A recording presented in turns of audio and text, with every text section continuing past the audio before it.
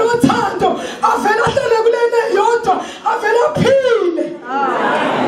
Sikhatha namhlanje ngidinga umama ozokwenza right. Ngesikhathi right endaweni right ukuze abe right yena kanye nabantu aphila nabo babe right bese hlala kulena yodwa bese khulumela ngeje yodwa enothando lobuNkulunkulu. Yebo mama. Yebo mama. Shiya konke. Shiya nobuqili. Ukuzenzisa. Nokwenza sengathi uthe. Kade awuthanda uthena. Ngike ngande ngamazi ngicela ubingelela sihlalo samkhulu. Sihlalo samongameli ophansi nendawo. Sihlalo samongameli okhona njengamanje. Bese ngibingelela abaholi ngengisabacala ucalula ngezihlalo zabo. Bese ngibabingelela ngegama lababa uNkulunkulu elutho uthando phakathi. Bese ngithi sibonga ukuba la. Ngoba ubaba uNkulunkulu engathanda besikeke sibe lana. Bekungakuhleke ukhohlo omningi uzazi ukuthi uzeleni. Singeke sande kakhulu. Sizocela nje usizwini siqala umsebenzi wethu kwanesikhathi sathi asisincane sincinane. Cela usizwini asiphamazwi ezokhuluma phezulu kwawo. Emva kwalokho bese sidedela usisi bese yasihlazela uyinkosazana bese siqhubeka nohlelo. Waba mama ungabheka oseceleni kwakho ubese qedile usisi uthana wayeka namhlanje akho umuntu ozombiza ngithi ngicela umisi Sidlathi. Hayi namhlanje fanele ukhombise ukuthi njengoba igqokile ijoyini yakho ikufanela nami ngifanela sacithise nemcondo kuyona kodwa imcondo yami ifanelekile kuba uNkulunkulu nomnikazi oyimfanele bese yazazi uzeleni. Amen. Wena uthando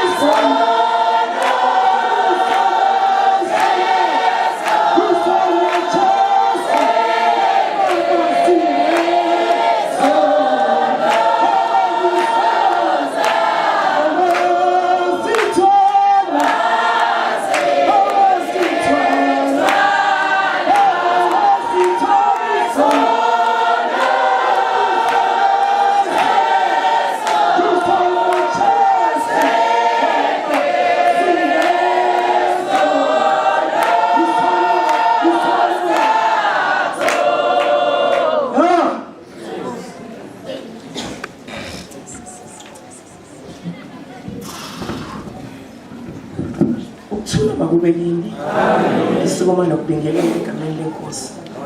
Ngibingelele uNkulunkulu lise nendodana uJesu Kristu waseNazaretha.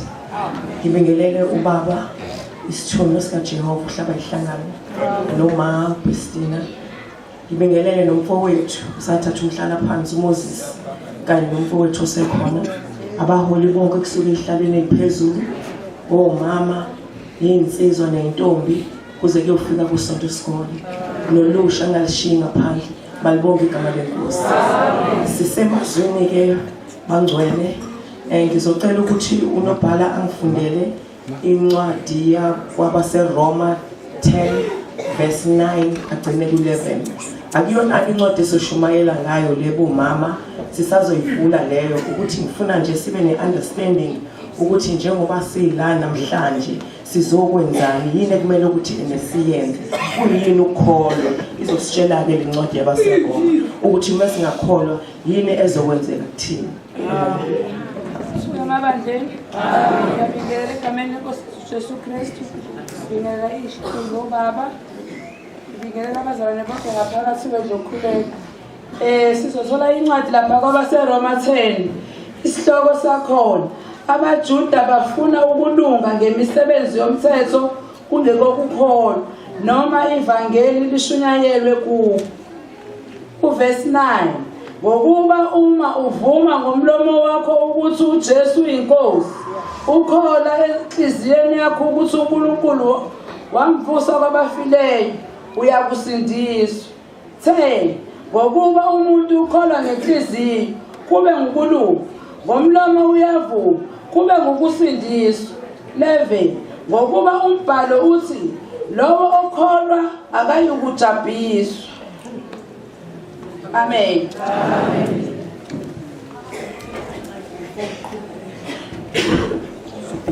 Unobhala aqhubeke encwadini le yanamuhla, incwadi yosuku, incwadi kaMark 16. Ngivule incwadi yakwaseRoma 10 verse 9. Leli verse lokuqala nje lika 9.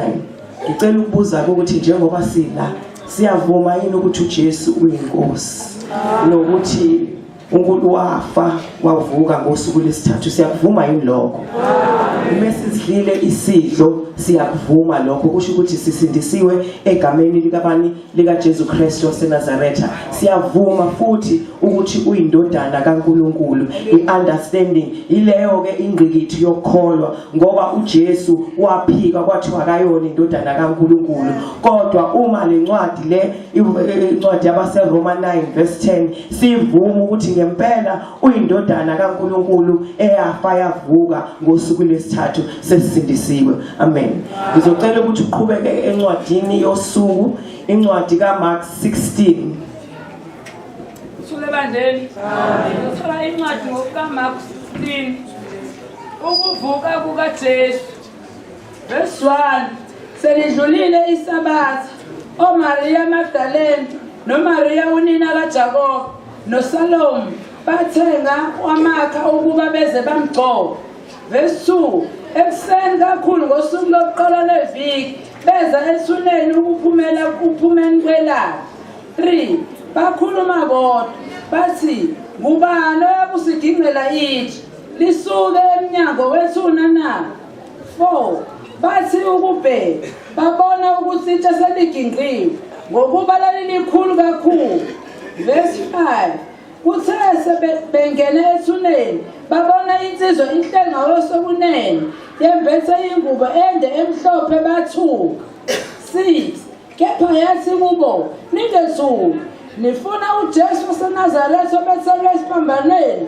Uvukile, kakho lapha, bhekani nansi indawo lapho bebembeke khona.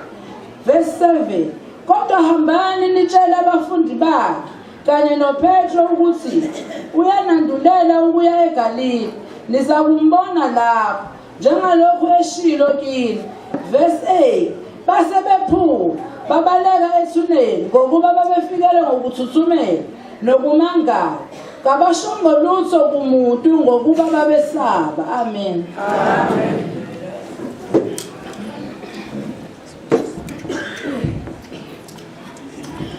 Ngaphambi kokuthi ngihlaziye lamazwi kudingakala unolitha, ukhona unolitha la ngaphakathi, ngathi kuthiwa kunengane egulayo, phuthuma emnyango. Ukuhlaziya lelizwi, ngaphandle kokuhlaziya ngizocela ubabushabalala khona ingoma ithintile izolo, ingoma enamandla.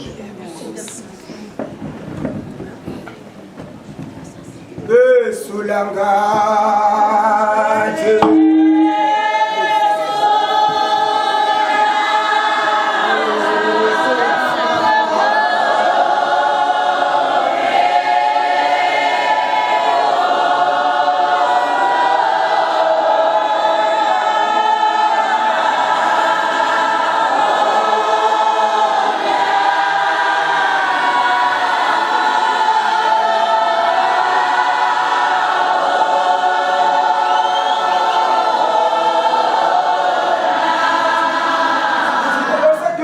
lokho athi beseduze kwakhe siyahlabelela Jesu silapha.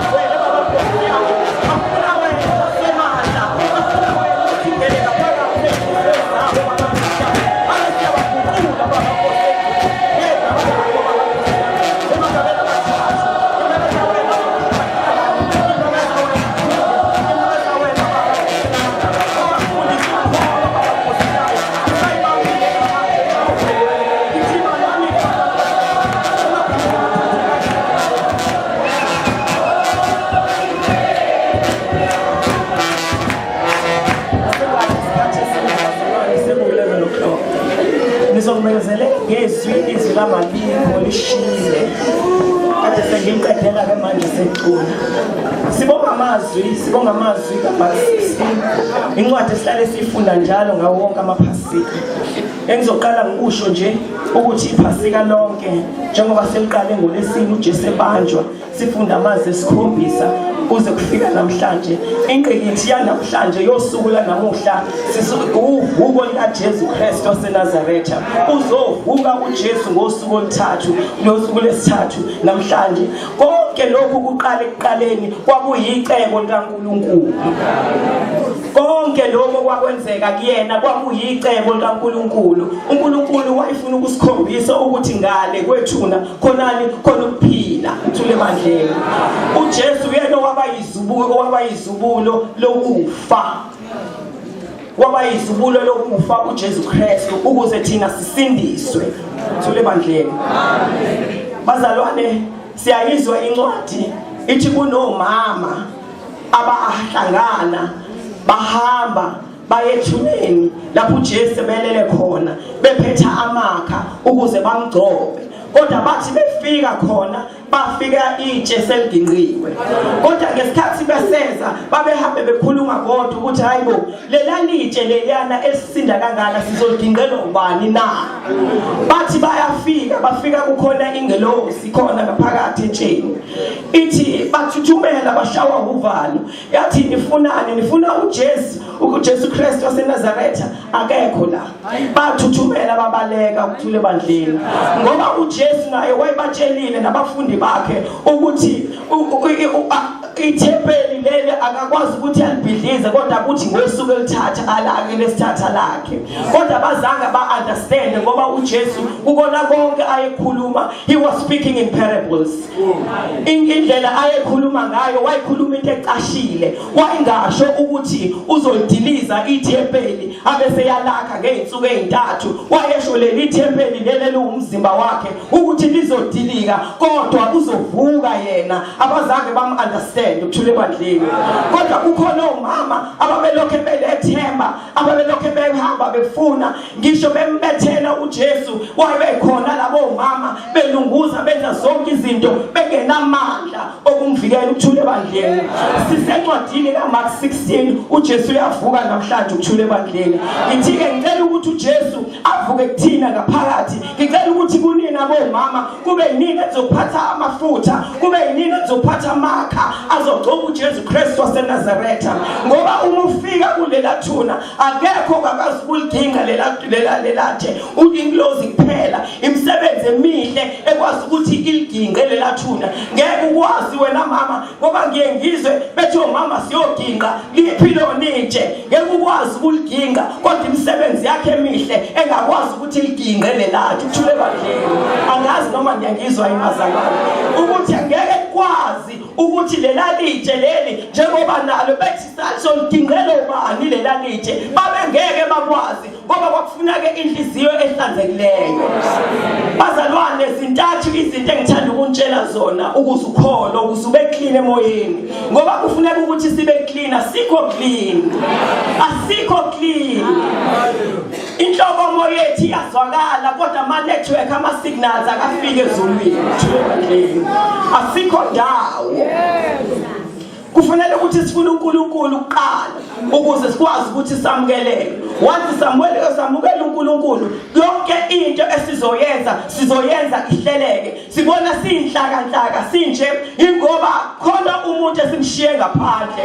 uNkulunkulu lendodana yakhe uJesu Kristu waseNazaretha asimfakile ngaphakathi enhlizweni. Kufuneka simfake ngaphakathi enhlizweni, bekufuneka simfune. Kodwa uJesu imthatha njenge-gentleman ngoba akavele asuka izele kuwena, kodwa wena funa kummema uze kuyena bese yakwamukela ukuthula ebandleni. Akasuke nje avela izele, uyaqonqoza kuwena, kodwa uma umvulela wena uzongena ahlale nawe bese edla nawe ukuthula ebandleni. Ngingeke ngandeke kakhulu ke bazalwane, kodwa ngicela ukunitshela lezi zinto lezi ey'ntathu ezizokwenza ukuthi wonke umuntu akholwe, ngoba singekwenzeka ukuthi singamakholwa kanti sizele esontweni uNkulunkulu akekho kuthina siyabanda qa.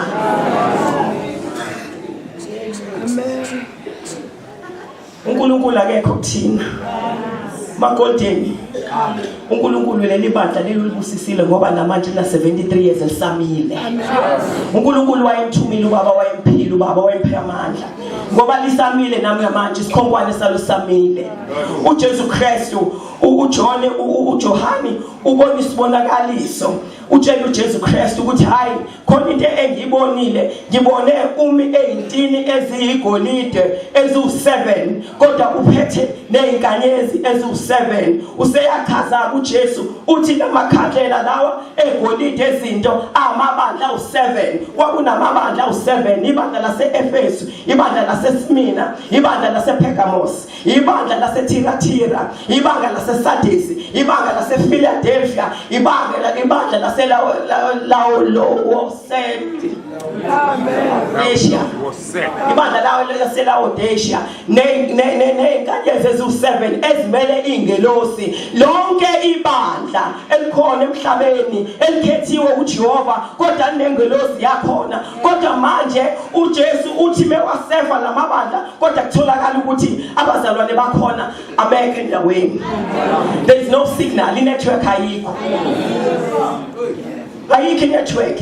Uyabona magodeni, ngicela ukunitshela anive nenza kahle, akuve sicula sisonke, nami ngibhanqe lapho ngoba kusesemhlabeni. Ngibhanqe lapho siyacula kamnandi, senza konke okuhle, kodwa khona lenhlansi lena encane baholi, khona lo petrol lo baholi efunake niwufake kubazalwane. Abazalwane laba bayanhlanhlatha, abalazi izwi likaNkulunkulu, akekho uNkulunkulu ey'nhliziyweni zabo ngaphakathi. Kufuneka ukuthi kube yinina baholi elizoqina, njengoba namhlanje le ncwadi lekaMark 16 uJesu uyabathuma labo mama uthi abahambe baye kuphi, bayotshela abafundi ukuthi bazohlangana naye eGalile. abantu bokuqala babona uJesu Kristu waseNazaretha kwaba abantu besifazane. Kodwa thina abantu besifazane sibahle sibambi ngoba sibuye singene kwezinye izinto engafuneki. Sibuye sikhulume sibe nolimo olubi lolo lingafuneki. Mase sisesontweni sifuna ke sikhonze uNkulunkulu nje kuphela. Hayi omunye umuntu singamshebi. Lezi zinto ezintathu ke engithanda ukuthi nginitshele ngazo bazalwane ngingasimoshi isikhathi. Ukuze ukholwe uma ufuna ukuhamba endleleni yokukholwa ngoba uyazi uma ke wamukela uJesu Kristu alikhathali uyashintsha ngisho ukuhamba kwakho uyashintsha bazalwane ngoba uJesu Kristu enye indoda uyakwenza ukuthi umbone ukuthi uyaphila is alive. Into engiyicela nina ukuze nikholwe ngoba kufanele ngifake nesolution. Kubalekile ukuthi eninazi isolution. Angithi nivumile ukuthi uJesu uyinkosi. Nowafa wavuka. Nomthetho wokuqala niyawazi umthetho wokuqala. Encwadini kaMatthew 22 verse 37. Angikho lapho nizoyifunda nini ekhaya.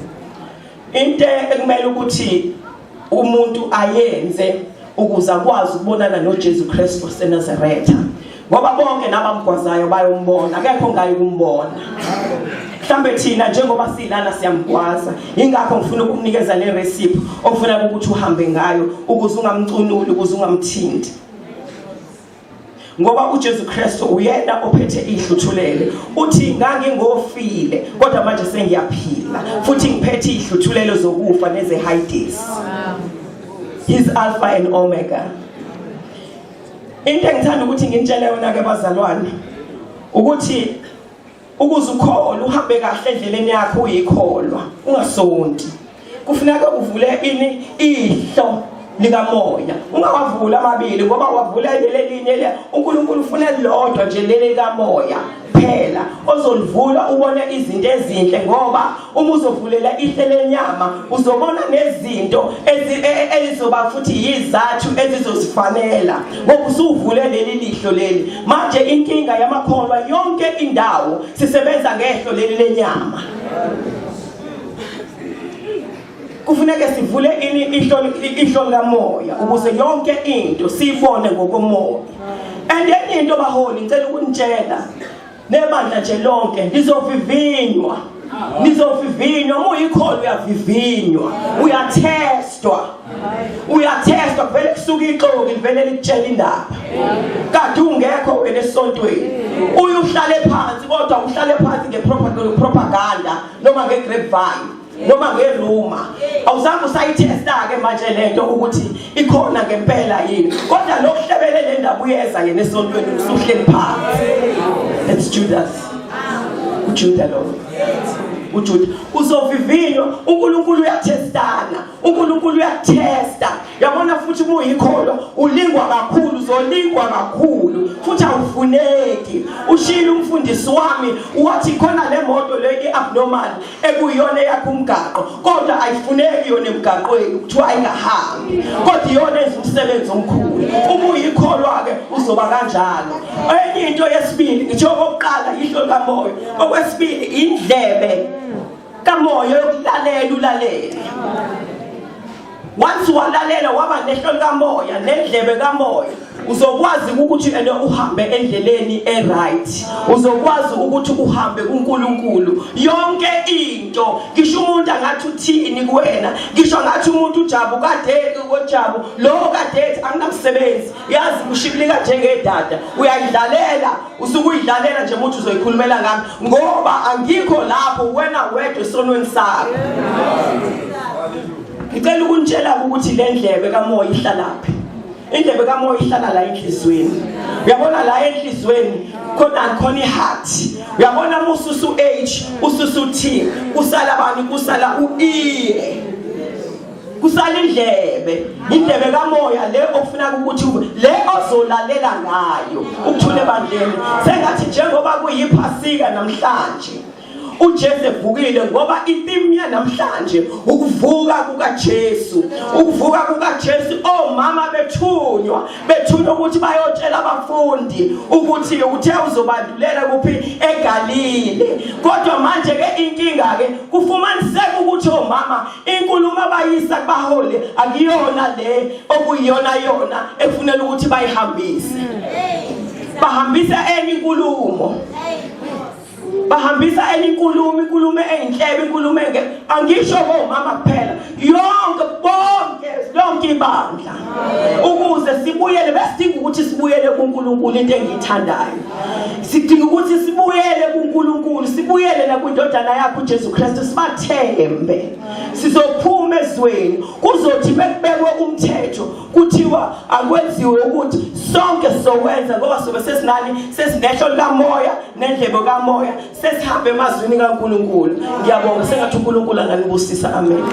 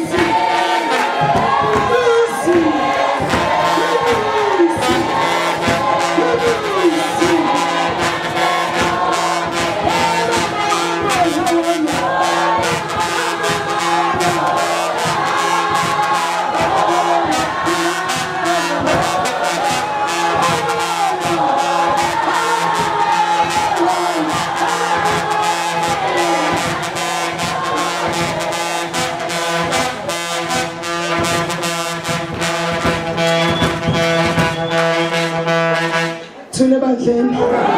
Xolisa ngiphazamisa. Ukuthi acela alinduku zesigubhu ongabonalo ulwazi ukuthi ziphe ziphi. Ngoba khona esihlezi lana ngabe siyawenza umsebenzi wababa uNkulunkulu. Amen.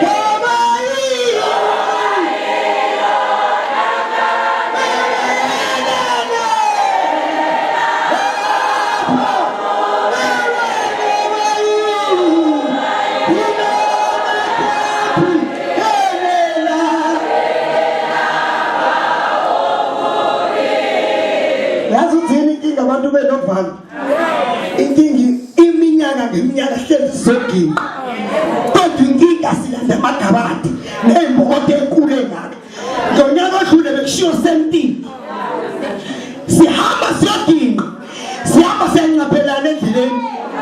Haleluya. Ave ngimthanda vele ibade ngiqhubeka nani ngishaya izandla. Kodwa inkinga akuve siney'nhliziyo ezimbi. Seginqa manje seginqa. uJesu uvukile. Haleluya, haleluya, haleluya. uJesu uvukile. uJesu usevuka aphinde alale aphinde avuke. Namanje uyavuka umakhelwane uyajabula njengobula. Hayi angizwa. Umakhelwane uphumlile lo 3 days ungekho uthi halala. Awulabuya usoto wabuya. Yazi uzini nje lesi sitshaba. Yebo Nkosi. Kade ngibuka nje eqaftinini. Asilaphili ngathi abantu kunalo ukuhlopha kale oje kabagcwele iqaftini baphinde bakaya kusasa. Ngibingelele baba. Haleluya. Amabishop wonke ngibingelele indozi kaMkhulu uhlaba ihlangane ngibingelele umongameli ongasekho ngibingelele ubaba okhona manje ngibingelela usisi usisi wethu usisijabu. Haleluya. Ngibingelele mama ave bebahle umama ake nithi nje bomama. Nkosi yami nje siyaza inhlinto namhlanje engathi ngahlezi kunje. Kuthi ayabuza indoda bathi nifunani? Nimfunela nophilayo kwabafileyo. Ngoba ngekho uThixo hlangana phi eGalile. Hayi bafana bafana ehlale njalo senza iphoyema. Sehlangana eGalile asiJesu na. Phuma uJordan wasiJesu akasona senhlizweni.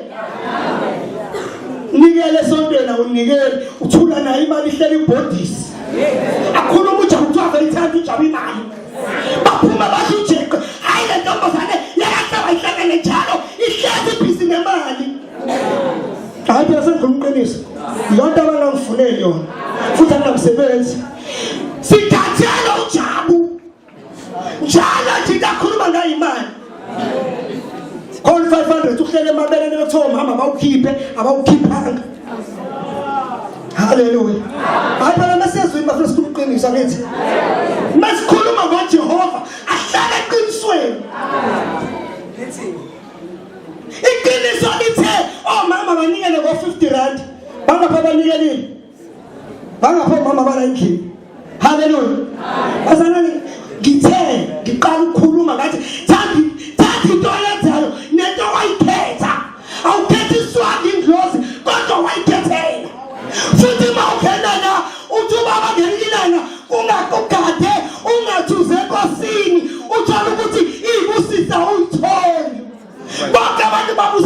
ngapha nalapha. Kodwa mina kosamkade ngaya inkinga yakho ufika ukhuthe nesihlalo uhlala ehlalo ukuthi mina neminyaka uhlaba ihlalo ngimaze sangishaya ukushaya kuphi uhluphe kungena lutho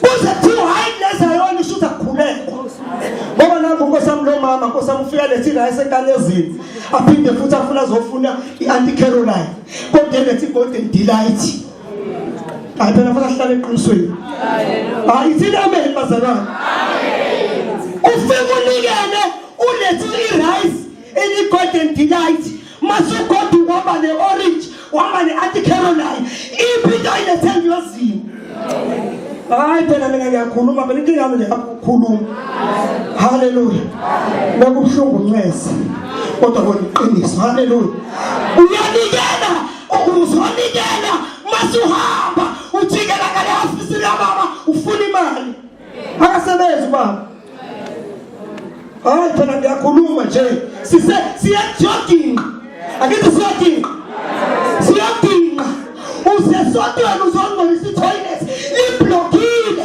le mali abawunikela ngayo kiyahanjwa tokhanda letote eblokile iphi imali enikelwe la amen bazalwane uthe usisijabu kumele sizithande thina inkonzo kahlaba ihlanganiwe isobani mamdladla ithina inkinga sifuna ukwezintando kaNkulunkulu asathu uNkulunkulu simfake enhlizweni yakungcolisa ibheke uthi mawudla usito dayizoma mkhumalo ulahla phansi kodwa uzofaka plastic hlala njalo wena hlala uhasu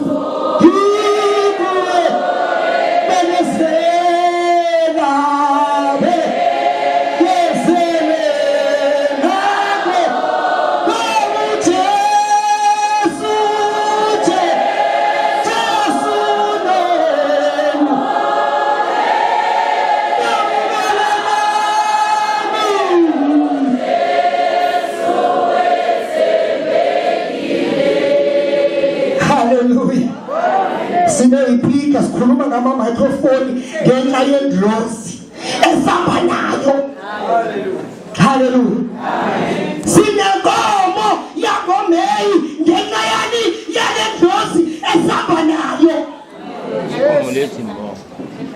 abazalwane indlozi ahlamahlangana iyasebenza angifuni ukudlala ngawe iyasebenza buka mina ngafakwa kuyona ngashiwa kuyona ngibuka ukuthi nginjani angisusa zayo ejika kanje ngihlupheka ngiyitoko kodwa ngangena kule ndlozi hayi ngibuka nje ukuthi ngiyitoko yini manje phela bazalwane abasindisiwe bayayincoma indlozi yabo abasindisiwe bayayinusa indlozi yabo kuziqhubeke yenza izinto uthi ngithathe la wangisusa la wambeka la usesusela umbekela ngibona sesilela lise uyabukisa ke sexoxa indaba zakwakhe no ngithi kusindlozi yami kahlaba hlangana sezwana bazalwane angazi umamdlanda nomsefuna ungivala yini haleluya yangivala umama uyangivala umamdlanda ngiyaxolisa bazalwane mase ngiphetile nkosami ngixolele kodwa bengifisa ukusho ukuthi abantu abakwazi ukukhuluma ngento abayibasizile sezwana bazalwane khuluma ngento ekusizile uzusizakala mengikhulume kabi ngiyaxolisa kodwa wona iqiniso linjalo hayi mengikhulume kabi noma ungangibingeleli kodwa kona kunjalo ikona lengikusho usayibona haleluya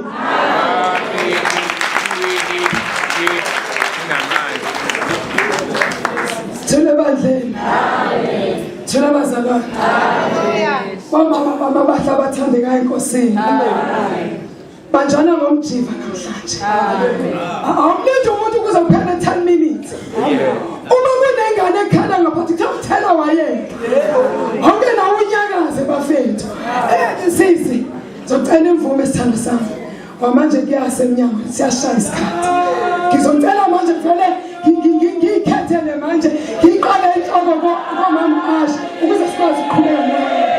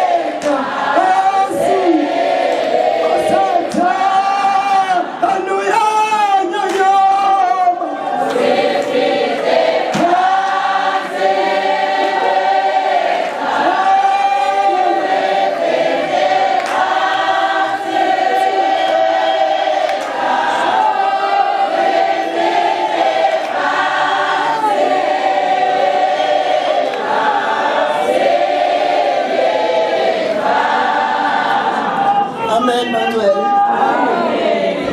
Ngingabambezelana nje ngizobe ngikumbele bonke. Hlala emkholweni emazweni. Ngiyabingelela bonke. Ngale pholi ngimxolisela. Ngoba ngizama ukuphuthuma le ndaba kamama. Umama uDlungwana lo phansi kwekhethe yakho ubaba noMbuso. Bazalwane amazwi avile zohlala kuwe into enifuna ngamaso. Ngone ndwadekazela abantu fanele thubona ngaya emsebenzini namhlanje. Alapha navula umakho system. Khonto engikhathaza ke eyandijubisa. Ukuthi nje manje ngumama kuthiwa umama ngabili babe sebefuna ngokuba bake bayomjonga lo muntu hebe lokho belandela ngoba bekudana kunayo ngoba mawumama noba uyabona inhlungu ba kodwa nje ulokulandela ngoba lo ngunozala ayangihlupha ke ngole ndaba bezoyidibanisa ngendaba yokuthi kukhuluma ngokuginqa kwethu basayicinga ke ngolento aphendleleni sihamba siyicinga nomakhelwane ba hayi bo bizo wami siza kuyithina le ndaba yelili elibuye ngikhathaze ke le ndaba ngoba ngiye kusende yoliginqa ngibuye ngihluphe ngoba hlushwane linke jama sikapha ngicela ukuhlala elike ngoba ilike linkinga kodwa ngoba uThixo uthi mayifika ufika sebenzela ngoba uqalile kusuka embandeni lana engenabuciko ngoba iyangihlula imisebenzi ngathi uqalile wayezisho wazisho kodwa sokusele manje ngoba bese kufezeke konke uyazi bilike vele lokufika seligingqele fika khona untozana mfana uthini xa sebefika bafika babuza ba hayibo uyazi sizokujonga la sizokujonga yena inkosi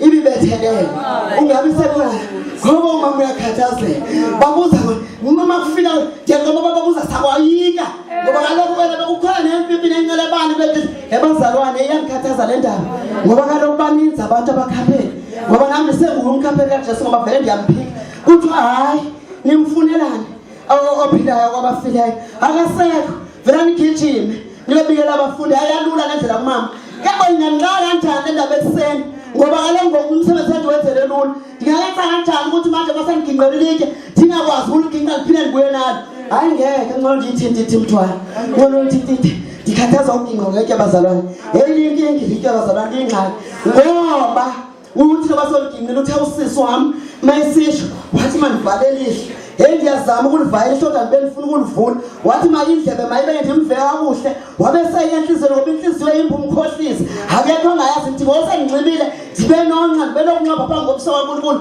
kodwa namhlanje limeko nakho ngoba ungifele hambese ngela khona asho khona ngingazukubambezela uthi masibulale wonke amalungu omzimba uthi masibulale inhliziyo uthi asibulale inkanuko abethe ngibulala umna athi angibele ukuthobela athi angibele ukuthobela ibe nzima ke le ngxaki yokuthobela kodwa ndiyazi uba mna ndingumamhlukwane inzima ngoba ngifelwe yanzima ingaba ukuthobela ngiyafuna ukuthoba nabasenginyathela ngoba ndiyababona nabenza kahle khona phela konke ndiyababona benza kahle kodwa ndisilibele mna ndiyethanda ubana inkosi yokusifuna-ke ndiye nithi masendihambela gabathela ngenhliziyo ngoba vele ngiphile emhlabeni kodwa ndikunqoma uba ndazalele esonweni ndithethi xa ngincede ngoba ene kuvuka umhlabelelo wama wisile athi yowe nkosi manje sihlume athi ngibengoqakathileyo athi ndizamele ndiphuthume athi ngoba manje ndibintobe ngiyilo emhlabeni nemikhuba ngoba kuyimikhuba ngincike ekujoyini kuyimikhuba ngithi ngiyafakaza athi yowe nkosi ngizamele namthethe ngizothi mangabalikimiliki ndithi nkosi ewa ngizamele manje sihlume ndibe ngoqakathileyo isingabi nakuphingwa ngoba iyaphingwa mamhlukwane iyafika sebefikile abaholi iphingwe sengithi hayi madoda andiyiboni indlela ngoba andimbizanga uThixo ngithe wenkosi ndizamele izingabe iphikwayo imilo yami yonke nemikhwa yami ndisukuma nendaba yokuginqa ndicela ukuginqisisa namhlanje mna ndencane kokuqala kabutsha ngoba ukude benzeka umphako uyabona ngeke uhlale uright yonke ixesha empilweni ngoba kuhambe kwathi asiyakuvuka izinto ngoba naye sasimvukela uNkulunkulu izinto kodwa wayithobekile thini manje esihloko ukuthobeka uthini manje esihloko ukuthobeka Jehova ngoba wazi wabethelwa walenga uzavuka ekuseni sengahloko umsebenzi osebenzelwa akuginayo sengahloko ngokufendivuthiwe lenhliziyo yami engakuwe ngafezela engakongothona ebesisakade Thixo ngincede namhlanje ndingahlulwa libhata yenathi siphambana nabe ngapha nangapha lathi yena Nkosi ngicela usube nami phakathi sikababa ndingahlonga umuntu wayesisihanga wathi kwanamthathe nawe phakathi sikababa andikehluleke umuntu engangamazi engimbiza kwamkhuthuza Noyela Jesu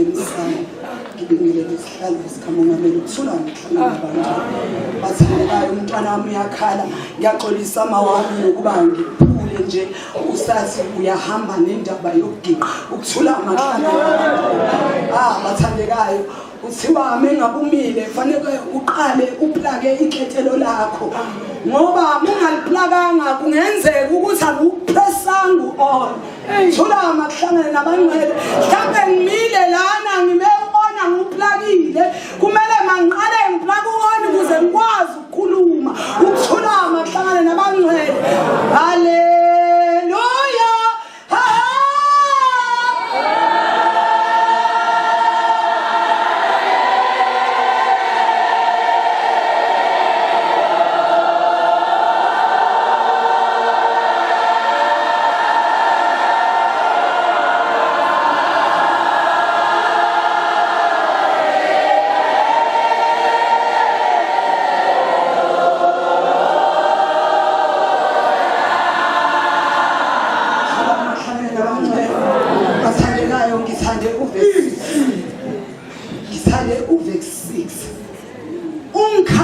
kakhulu ngoba bathandekayo yazi theme ngabe ningethuki kepha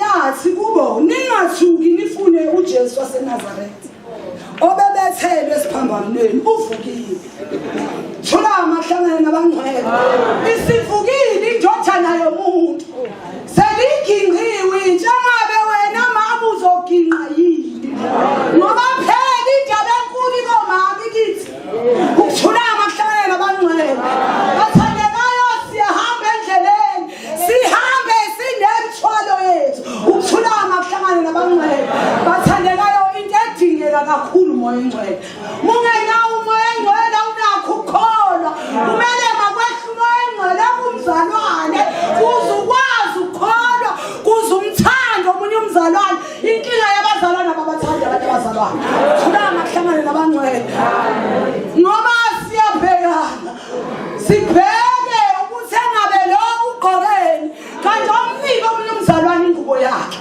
umnike yakhe ingubo ongcono wena uswele usumnikile umzalwane umbone ukuthi ingubo yakhe ukuthula amahlangane nabangcwele ngifisa mesekuyoginqa lelithi enhlizweni yami bese ginqika ngempela bese uNkulunkulu nengilozi yakhe abayihlangane ingiphi ukukholwa kweqiniso ngoba indaba enkulu ukuthi asinakho ukukholwa indaba enkulu siyahamba endleleni kodwa ukukholwa asinakho siyahamba endleleni kepha sinenhliziyo ezimbi siyahamba endleleni kepha sithetheleni uthe uJesu melenge siphambanweni wathi bathethelele baba ngoba bakwazi abakwenzayo ukuthula amahlangane nabangcwele thema ngabe sibuyele Nkosini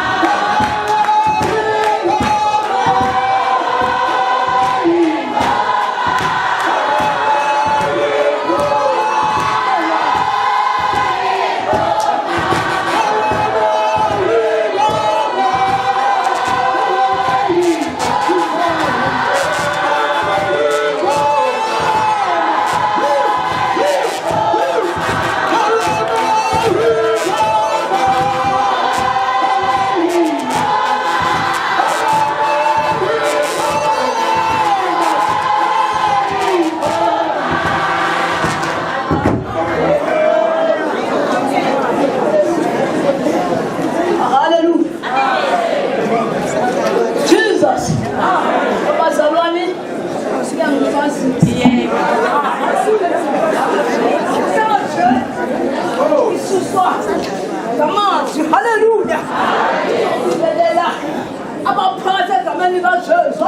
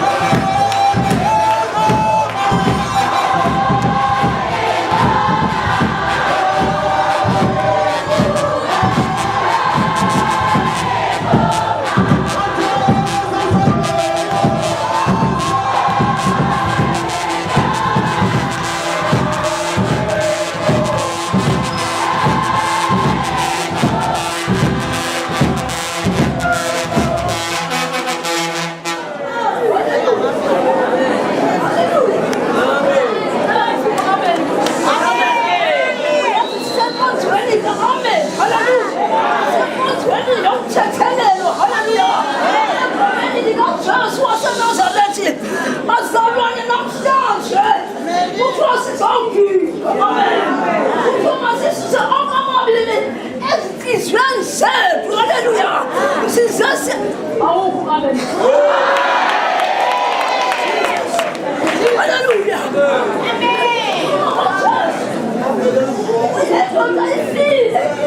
Izolo likashalwa ithuna. Haleluya. Haleluya. Haleluya. Esiyamathuleni egameni likaJesu. Uyamathuleni. Uyawubheka lensizwa enguJesu. Haleluya. Efele mina nawe. Bebekhuluma namodwa.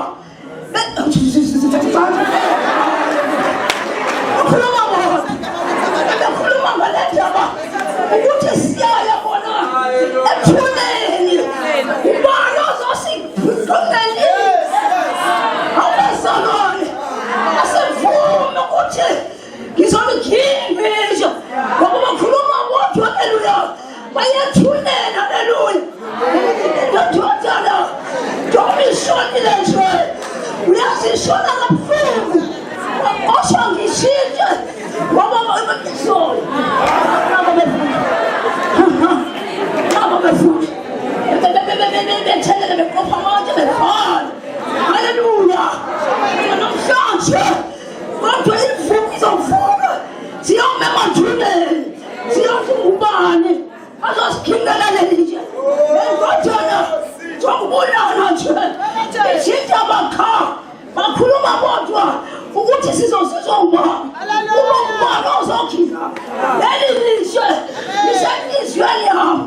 Namhlanje ngiyasindwa kodwa ngikhona namhlanje. Jesus. Haleluya. Haleluya.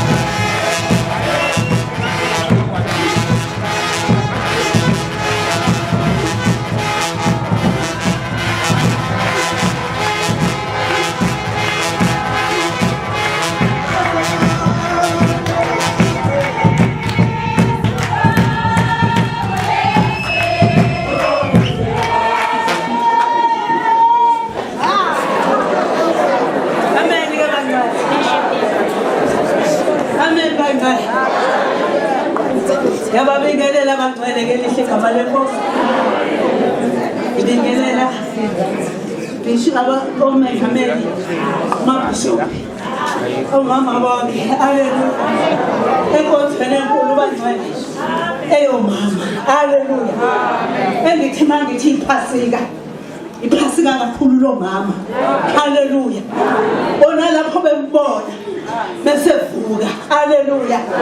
Ababa abantu bokuqala ababocelezwayo ukuthi uvukile. Haleluya. Bekufanele basiyajabula siyathokoza ngoba sivukelwe. Haleluya. Uthola abamama babebabili bahamba. Haleluya. Bayobheka inkosi uJesu kodwa bengabheki nje kuphela kodwa khona abaphethe. bephethe amafutha laba bezomgcoba khona. Haleluya. Wena uyahamba uyephasikeni yini oyiphathela inkosi uJesu noba uphethe umsakobo layo. Haleluya. Kodwa uJesu yena wazoqholwa ngamafutha. Haleluya. Siyabonga ke bangcwele ngoba bafike ethuneni bese novalo lokuthi oliphinqela ngubani leli lithe. Haleluya. Kodwa bafika khona ithunywa eziwu2. Amen. Bathi ukuthi hayi inkosi ivukile hambani niyohlangana nalo eGalili. Haleluya. Silapha nje sisemlindweni ukuthi siyohlangana nalo eGalili. Haleluya. Lapho sizobe sitshela bonke abantu ithina esithunywayo thina bomama ukuthi nibatshele bonke ukuthi kohlangana eGalili. Haleluya. Lapha sohlangana khona fanele wena ube sowushintshile ufike nditsho lapha ohlala khona ushintshile. Haleluya. Babe sebethi abantu hayibo kwenzakaleni kanti yiphasika obuye kulona. Haleluya. Ufile amazwi adawusazele kodwa nje namanje. Haleluya.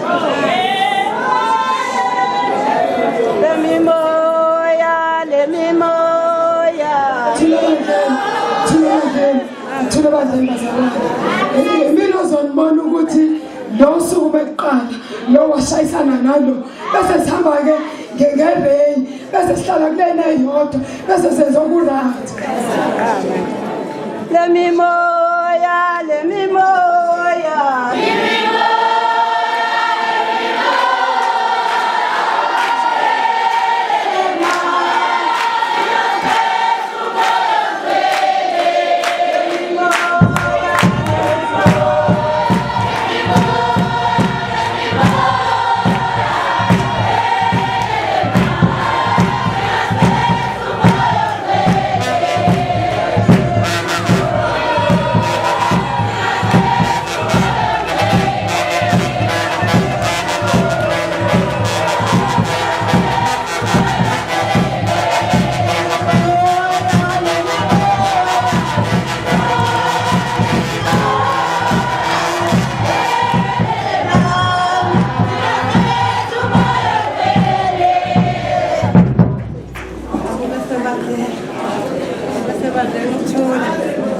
bazalwane sukumiswa ingane la iyakhala hayi ingane iyakhala lamhlanje. Amen. Bazalwane ngizosukuma nokubingelela ibishop lami ngiphinde ngibingelele umengameli ngiphinde ngibingelele ama-ashi ngiphinde ngibingelele abakhokheli bami bonke ngiphinde ngibingelele nentsha yami yonke. Amen. Njengokuthi bazalwane ngisukumiswa ukuginqa namhlanje. Amen. Uma kuvuka indodana yomuntu. Amen. Ivuka namhlanje bazalwane yafa yaphela izono zethu bazalwane yafa yabethela esiphambanweni kwathi ngosuku lesithathu yasivuka kwabafileyo. Kungenzeka mhlambe ngizohamba nje ngithi ngiyoginqa kanti angiphethe lutho ngisazobuya nemthwalo ngiyithwele. Amen. Sokuthi bazalwane ngiyawubonga uNkulunkulu ukube ngihlengile ngaze ngazofika entabeni zasenkanyazini mina ngikhoza le ndunduma kubaba uArchbishop uNombuso. Amen. Sokuthi bazalwane ngiyambonga uNkulunkulu uma ngabe esigcinile kwazaphelela usuku olukhulu kangaka bazalwane sizodumisa uJesu Kristu noma esemzimeni esebembethela esiphambanweni bazalwane sebembethela esenenya ngenxa yezono zethu bazalwane kodwa ezwe ubuhlungu bazalwane kukhona phakathi kwabo abafundi bakhe ababeya oyedwa wabo owayekade esemdayisa. Amen. Sokuthi bazalwane ngiyabonga mangabe ngithola leli thuba bazalwane lokuba ngikhulume nami ngoJesu Kristu esezovuka ngathi mangiyake ngishiya yonke imithwalo bese ngibuya ngiphila kepha ngashiyanga lutho emhlabeni ngami bese ngikonyuluka konke okusele akade laphakathi ezweni.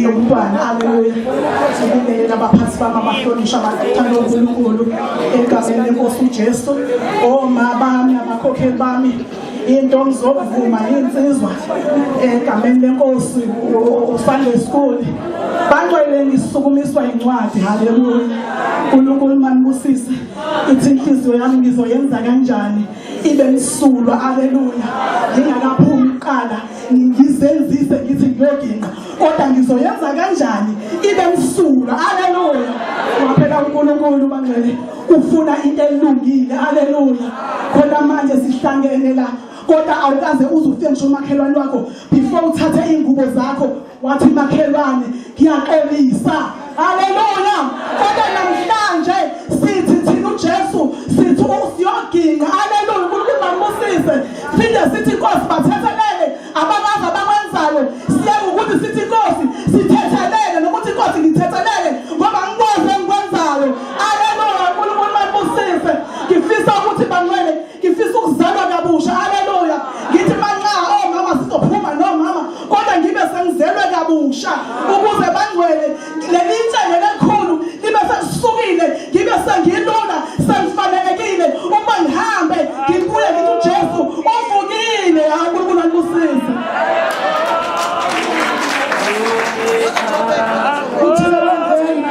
uthule bandleni haleluya uthule bazana emva kwamama bese yalunga uArchbishop Kasi uMkhize haleluya nezwa ithaba zami emva kwaArchbishop Kasi uMkhize umakhelwane wakhe ohlele eceleni kwaseduzane kwakhe osengidonsela ukuthi uyamlandela kusho ukuthi bafanele ngithi ukuthatha kancane bese mama beyanyakaza kusho ukuthi baba belingenza ka-first year ekufanele bakuthe bhalani u-A bese singawubhali bese uthi ngithe bhalani u-A bese siyabhala thaba lenyanga lihlabeni emzondayo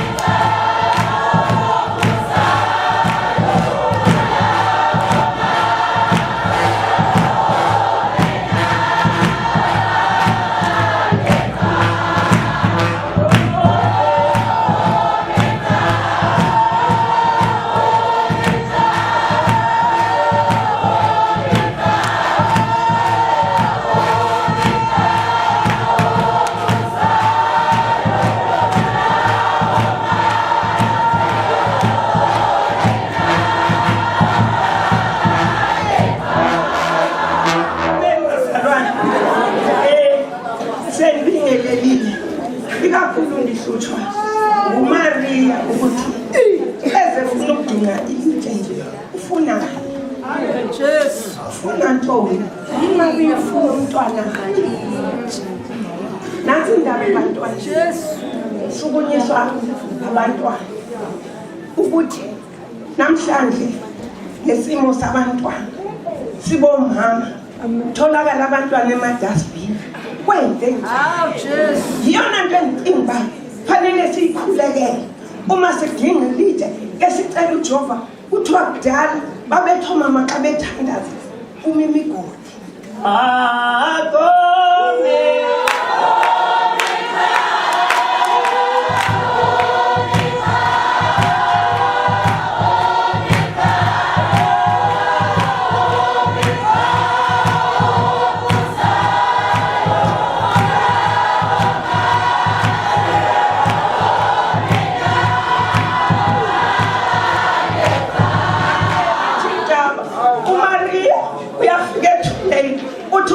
ingane yakhe ufika sengizwa impahla ebembethiswe zona uthi kanti kwenze njani iphingane yami uthi ayibheke emuva akusaveli nayo sekuvela ingilozi manje sibomama namhlanje isingathi isicelo sami singezwakala kuJehova ngesikhulekele ingane zethu kule South Africa sibhekele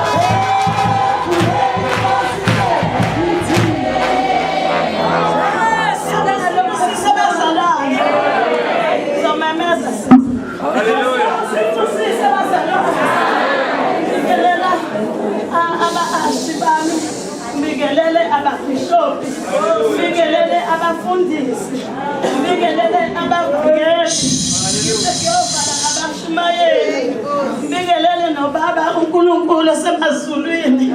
Ngibingelele nobaba uMose sewalala. Ngibingelele nobaba osesihlale njengamanje.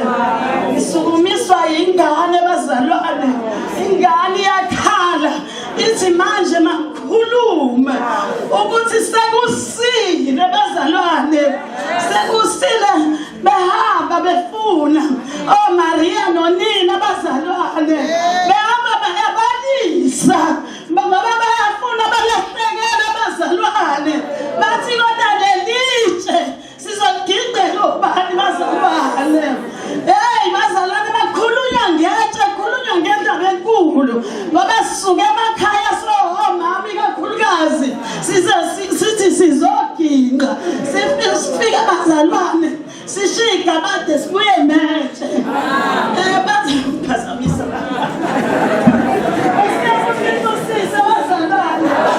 abazalwane ngiyathinteka kakhulu uthi babehamba befuna abazalwane bayafika ingilosi imile abazalwane ithi nifuna bani ophilayo mabafileyo bathi sifuna uJesu baseNazaretha ngoba bephethe namandla abazalwane ngiyambuza uNkulunkulu engathi ngahlala kuthini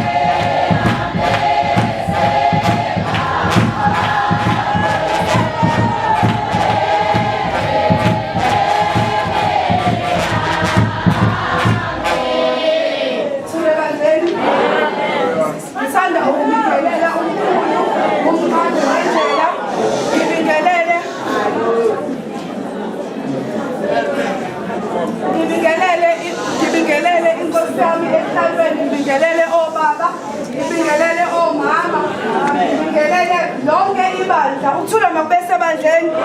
Ukulifa ngalesi sikhathi indaba enkulu, ukuthula makube sebandleni. Eyovuka kwenkosi uJesu, ukuthula makube sebandleni. Kuthiwa oMaria nodadewabo, kuthiwa bavuka, kuthiwa bahamba bazalwane, ukuthula makube sebandleni. Kuthiwa babephethe amakha beyofuna inkosi yabo enguJesu Kristu, kuthiwa endleleni behamba kodwa babekhuluma indaba zasezulwini, babengakhulumi indaba zasemhlabeni. Ukuthula makube sebandleni. Kuthiwa bathi uma befika kodwa bayafika umthwalo ngoba uNkulunkulu wayesebonile ukuba ngeke beze bakwazi ukuliginqa lelitsha kodwa bafika sendinqiwe. Ukuthula makube sebandleni. Namakha laba bewaphetha kuthiwa bazange basawasebenzisa ngoba umsebenzi uNkulunkulu wawusuwenzile wabalula. Ukuthula makube sebandleni. Namakha iwona lawa omama babuye nawo esiwasebenzisa emabandleni, esibasebenzisa zonke indawo. Ukuthula makube sebandleni. Mangabe umama esikhwameni sakho fanele ube namafutha akho, wafika umntwana akagcobile, uyambona umama umsebenzi wakhe akhipha amafutha agcobe ngawo.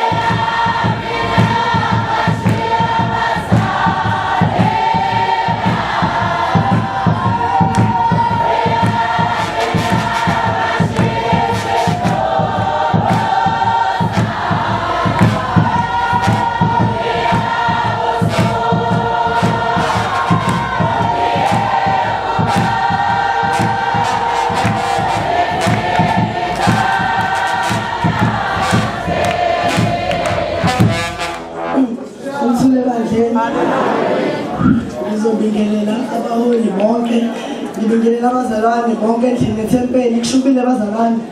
Omama bayayishubisa, ngiyacela abakhokheli bami abahle engithandayo, ningangivali, ngizoba mfushane. Ithi indaba namhlanje bazalwane, uMaria bayahamba bayethuneni, bayobheka uJesu noma bayobheka umntwana owayegqitshiwe. Isindaba bazalwane endleleni bayakhuluma, mabekhuluma bayabuza ukuthi lelitshe sizoliginqelwa ubani.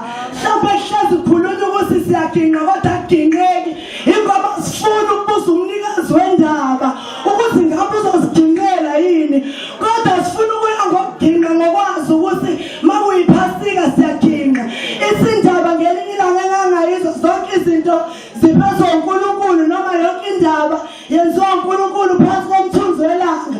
Namhlanje ngihleli phansi bazalwane, uNkulunkulu angisho ukuthi whatever noma ngabe into ofuna ukuyenza, into fanele uyinikele uNkulunkulu, njengoba noMaria bengasithathelanga isinqumo futhi bengashongo ukuthi siyoliginqa leliyatshe, kodwa bathi sizoliginqelwa ubani. uNkulunkulu wasewafika noma uNkulunkulu wangenelela wabaginqela, ingakho bafika seyiginqiwe itshe. Ingakho indaba ithi mawusathi indaba yakho noma izinkinga zakho uzinikela uNkulunkulu, uyeke enzela iqembu nanoma ngabe ubusuphezela ngalo.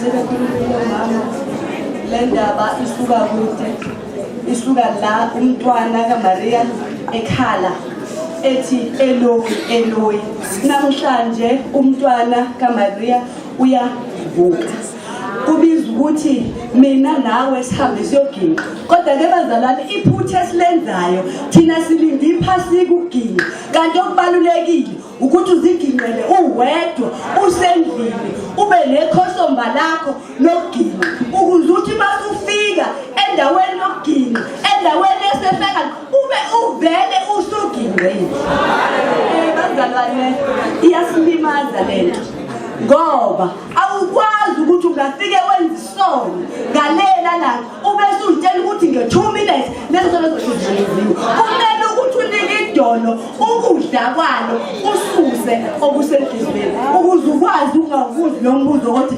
engazi mina itshela isenhlizweni ngizoliginqa na haleluya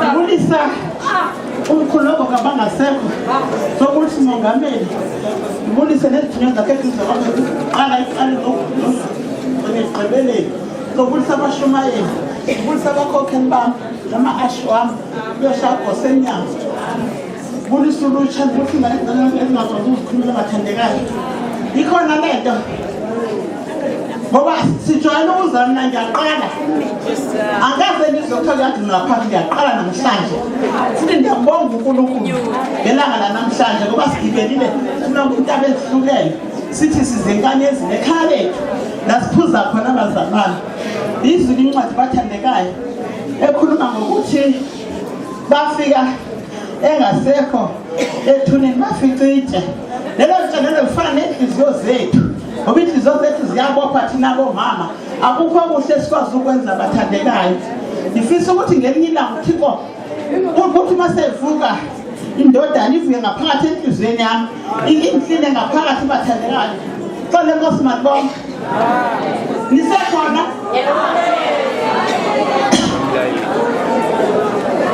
sekithi angifuna ukukhuluma kakhulu mina ngikhuluma ngabunganjwa ngubaba wakho